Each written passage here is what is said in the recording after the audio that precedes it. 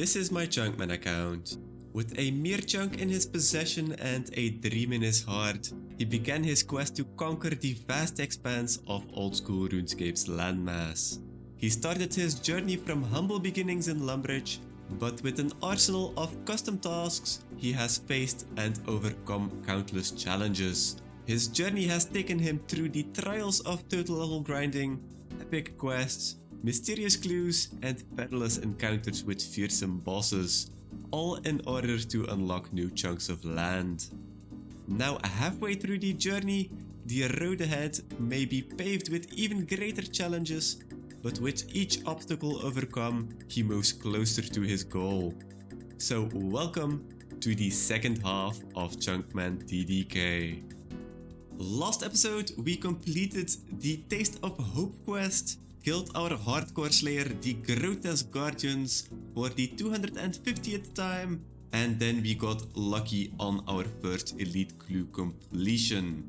Completing these 3 tasks unlocked 3 new chunks, and those were the chunk south of the Tombs of Amascut, the Fairy Ring in the Poison Swamp, and the northeastern chunk of the Isle of Souls. It has been a year since we have unlocked the Tombs of Amascut, and now we are back to try our luck once again at a 150 raid level raid. The last time we tried this, we failed with just a couple of HP left on the last boss, on the Warden. Okay, we're down to the last tiles. This might be bad.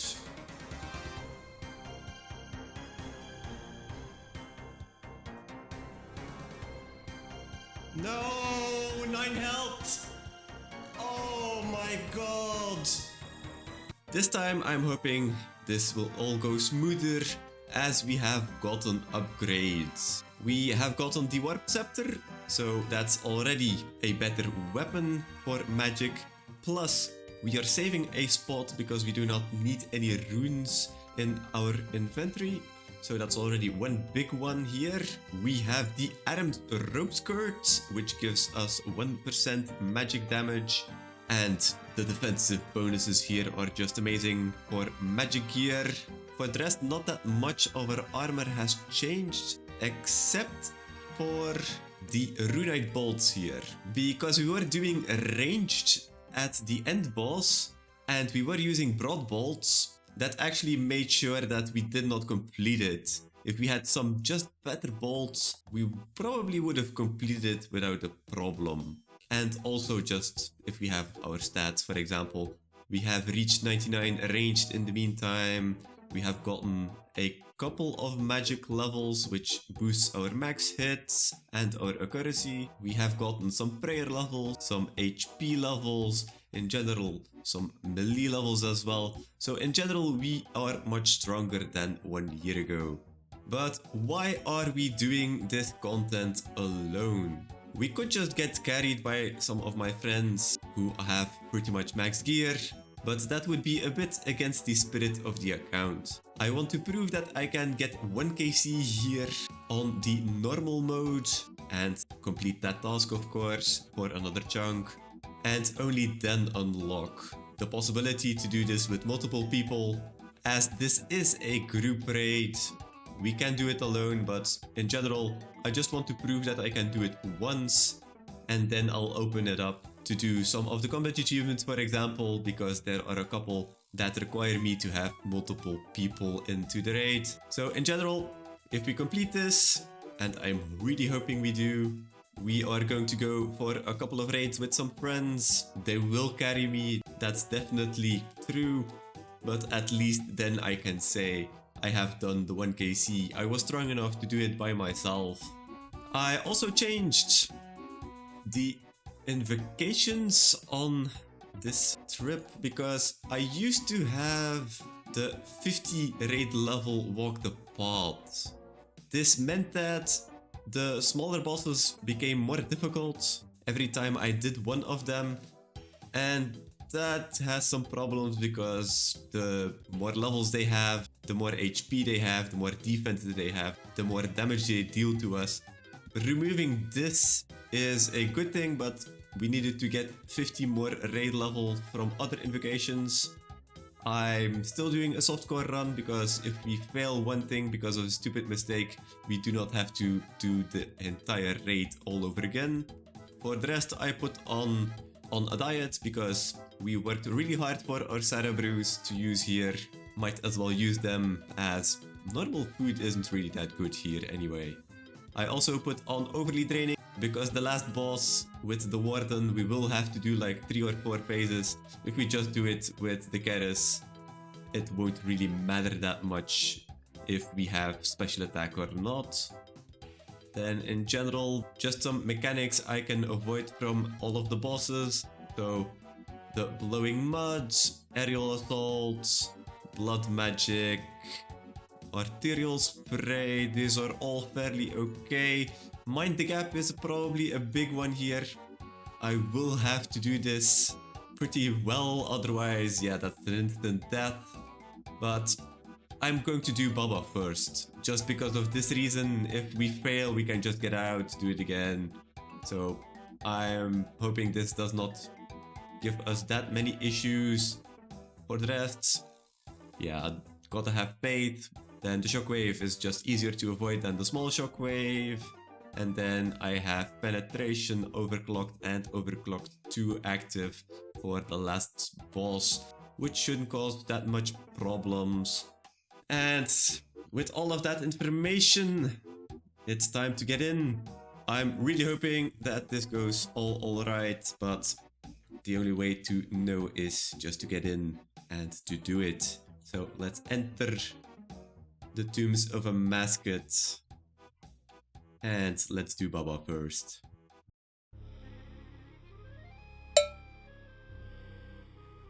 Well, okay, this did not work out like I wanted it to. Apparently the Keras is really bad here. I'm just gonna leave and do this again because...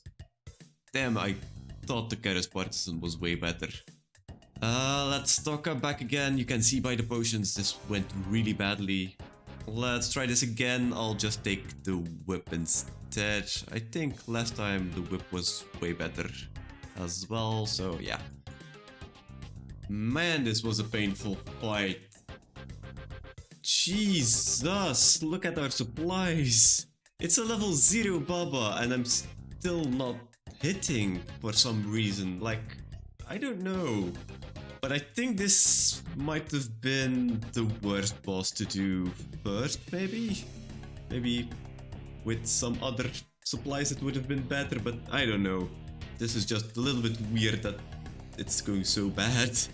But okay, we have 2 and a bit brews to kill the crocodile. We should be able to dodge everything. We have enough super restores for the entire fight. Should be okay, I guess. And then we get some supplies, so for the other 2 pods. So yeah, not going the greatest, but let's continue. Okay, that was easy. Definitely in comparison to the last boss, but okay, we took like 2 sips of Super Restore and that's it throughout the entire fight. That looks much better. On to the Helpful Spirit. And I was thinking of... we definitely need boost, but we won't have enough food to survive the entire thing. So I think I'm going to take Smelling Salts, so 1 for the 2 bosses that are left, but then we will also have some food. Yeah, let's do it this way. We'll still have another chance at Helpful Spirit, so we'll definitely see then what we are going to take. But first of all, let's do the Pot of Heads. That's going to be the most difficult boss of the 2, and we'll probably have to do like 3 phases or 4 phases here to complete this because we only have a rune pickaxe with 72 mining. Okay, that was also pretty easy. I'm not really sure why Baba was such a problem, but okay, we're doing much better. Let's get into the last room and kill the last boss. And there we go. That's the last boss down before the final boss. We didn't use the smelling salts because we still had the boost from last fight. So now we have an interesting choice. I definitely would like to have the full salt for the last part of the fight. And I also want some ambrosia. The ambrosia is so important just to stay alive, just having tons of supplies. I think that might actually be better than the smelling salts. If I pop the smelling salts like at the phase 2 or 3, yeah, I think that might be the way to go. Yeah, I'll take life just because I want all the healing I can have, because if we finish this, that's the end. We will have done it, so let's do this. Fuck me. Okay, last phase, and we have 2 minutes of smelling salts left. It's not great because I need to do 5 phases of the warden, but yeah, let's see how this goes. And there goes our boost. So I'm just hoping we don't end up with the exact same scenario as last time. On to the last phase, come on. We have 350 HP, we need to make sure that we should have enough healing to do this, come on.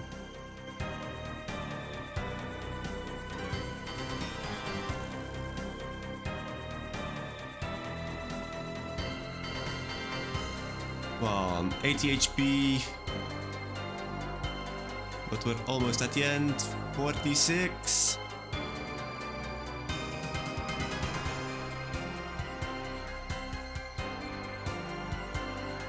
We're back at the end. Come on, Ambrosia. 3 HP, come on. Yes! We did it!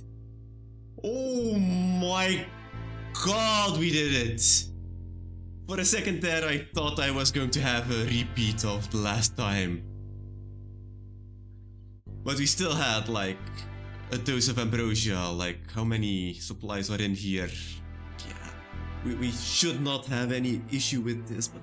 Ooh, my god. My hands are really shaking. I'm sweating through the palms of my hands. But we did it! 52 minutes to complete 1 KC Tombs of Amascut. Oh my god, I'm happy that this happened. That this is over actually also. We also got 2 combat achievements. Does that give us anything? No, we need 2 more to get another task completed that way. Tombs of Amascut is unlocked. Oh my god, this is so nice. Oh my god, yes, yes, yes. Let's go to the throne room. Let's see. What is our first chest? Yeah, of course, it's just a white one. A bit to be expected, of course. And actually some decent loot. Oh yes, yes, yes, yes, yes. We did it. Except for Baba, where I was really wondering if we were going to do this. And the very, very final part. Oh my god, I'm happy that this is done. And we also have a sneaking suspicion that we would have received a lead clue, yeah. I did not know if we would do it within the hour, otherwise I would have juggled it. The one we have in the bank. But yeah, we actually did it. That's amazing. It did take a couple of tries to actually do it. But Tombs of Amascut, 1 completion. This is the first of many, as we have now unlocked the possibility to do this with some friends. And probably some higher invocations as well, but yes, yes, yes, we did it. Well, now the only thing that is left is go back to our dashboard, finish it over there, and then let's pick another chunk. I think this is probably going to be one of the boss tasks I'm going to be most happy with completing here. After a long, long wait, we have finally done it. Tombs of Amascut 1 KC has been completed. Our 53rd boss task and our 335th chunk we unlocked with that. And then back to our map. Last chunk we unlocked was a part of the Poison Waste with the Fairy Ring. So that unlocked 2 more chunks to be unlocked that we still cannot reach because we still do not have the chunk below the Fishing Guild, which gives us access to the Underground Pass, to West Ardoin, to Letia, to Tranwin in general. Yeah, I'm hoping this chunk will sometime in the near future be unlocked because look at the map. It's really lonely together with the one with the gold rocks, which is also a pretty good chunk. So let's hope we unlock one of these 2 in the near future. For now, let's see what the chunk is going to be. Is it going to be one of those 2 or is it going to be another? Let's pick a chunk. Oh, well, that's just throwing salt on the wounds. Okay, yeah, more of Tranwin that we cannot access. Now that we have done our first KC, I want to do some more but with some friends, and I want to see how far we can get. Maybe if we are extremely lucky we can get a purple. That will probably skyrocket the account, but for the rest I'm actually looking for the combat tasks.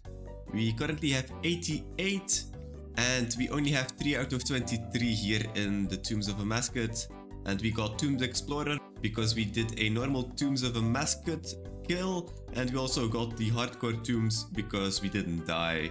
There should be a lot other ones that should be fairly easy to get, so I'm pretty much hoping that we can get at least to 90, but I'm pretty sure we should be able to get to 95 combat tasks to unlock another 2 chunks. But let's see what happens. I'm just gonna do a couple of them, just see which one just pop up, and then maybe we'll go for a couple of specific ones if we don't get to the 95 mark.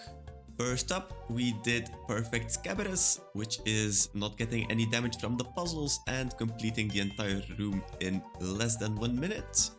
Then we did the same thing in the Krondis room for a Perfect Krondis. After 2 duo raids, we got the Hardcore Raiders, which is nobody dying in a group of 2 or more. Then we also completed Perfect Atmaken, which is to complete the room in less than 3 minutes while avoiding all of these special damage sources. In a duo, it wasn't possible to get the perfect head as my mining level and pickaxe is lacking quite a bit, but in a trio we just barely managed to get it in a single exposure of the core to complete the 4 puzzle room combat achievements. Oh, finally, Thread of Littlness.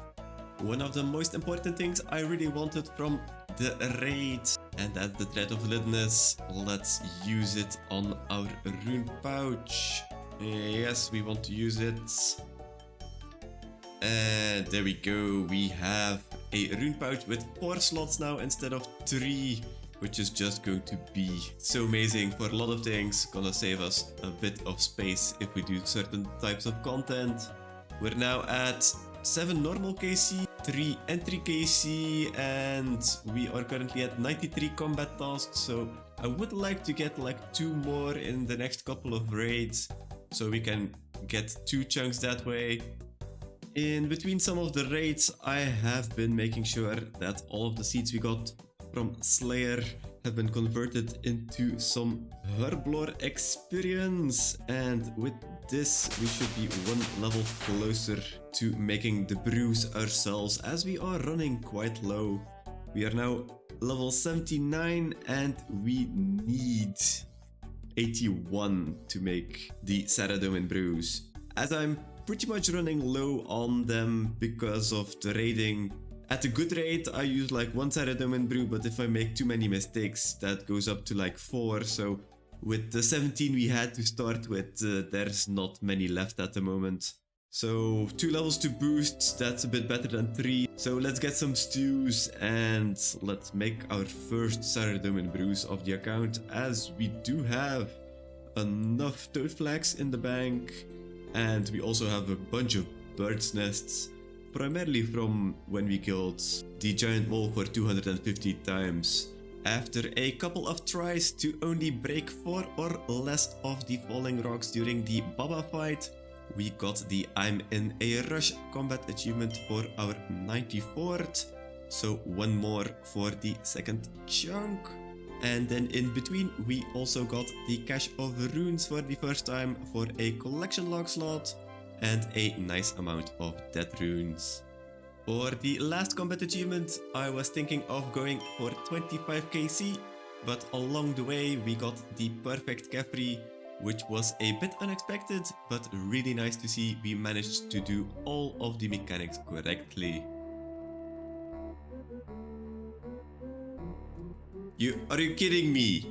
I actually got a purple on the last raid. Raid 11. This is the only raid I died in the 11 that I did.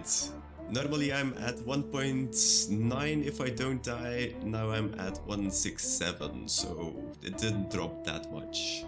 Fang would be the best, I think Ring would be decent, but I don't really have spec weapons, so yeah. Let's go for Fang. Yeah, Mozori would also be good. Let's see. Yeah, it's a Ring. Of course it's a Ring. I would have loved to have a Fang, but yeah, Ring is fine. We just need some decent spec weapons to use it decently, but yeah, pretty happy with that anyway. Just amazing that in the raid we died, we actually got a unique. Lightbearer though, not the greatest unique as we don't really have spec weapons, but I guess we can now do more Dragon Dagger special attacks. And we also don't really have a decent ring yet, except for the Explorer's Ring, which gives 1 prayer bonus. We can now have the option to use the Lightbearer, so yeah, might be good, primarily probably in the raids that we do next, but for now I'm gonna quit here as we reached the threshold for 95, so that's 2 chunks we can unlock. At 100 we could unlock another one, but I don't really think we are going to get there anytime soon. I'd rather get some upgrades first, as I'd really noticed that this gear has its limits. If we want to come back, I'm probably gonna come back for the 50 KC task next. That's still 39 KC, but I really need upgrades. So let's go back to our spreadsheet, let's complete the 2 CA tasks, and let's hope we get something decently good as a chunk that we can immediately do after this raiding. Let's quickly complete our 2 tasks we've done. So 90 combat tasks completed, brings us up to 18 combat achievement tasks done and 336 chunks. And then the next one already, 95 combat tasks completed, which brings us up to 19 combat achievement tasks in total and 337 chunks. And then back to the map for the main part. The last chunk we unlocked was the western chunk of Tyrus Camp, which really didn't unlock much, although it does make that we have a chunk less now that we can roll, as the one below was already unlockable and the other one is just water. So we're down to 65 selected chunks. There's a couple of them that is water, there's a couple of them that are really bad, mostly on the right side here, but we have 2 chances to get something good. So let's see which is going to be the first one. Let's pick a chunk. Oh, not the greatest start. Another part of the Daemon's Crater. We're now 7 out of 9. We are never going to use this, so kind of a bad chunk to have rolled, but it is also a very solitary chunk, so that's 1 less again. So 64 selected chunks left. Can we get another one that is good or not for our last chunk we can roll now? Let's pick a chunk. Oh, that's interesting. More of the Piscatores region. Did we have to use this for something? I don't actually remember. There's some hunter spots here that I know for sure. Not really anything interesting for us to use though. But we are getting closer to the Kraken cave here. So 2 more chunks to get there. Yeah, I don't think we need this for some clues or some quests. So I think in general it's just a chunk that is to get to another area, so like the Piscatores fishing colony and the Kraken cave. So for now I think that's about it. And with that we are at the end of the episode. We finally did what we set out to do a year ago when we unlocked the Tombs of Amascut and got rewarded with the Lightbearer, which is going to be very useful in the future. A big thanks to Aserkin for doing all the raids with me. Without him, this wouldn't have been possible. And for the rest, have a splendid day and see you all next time.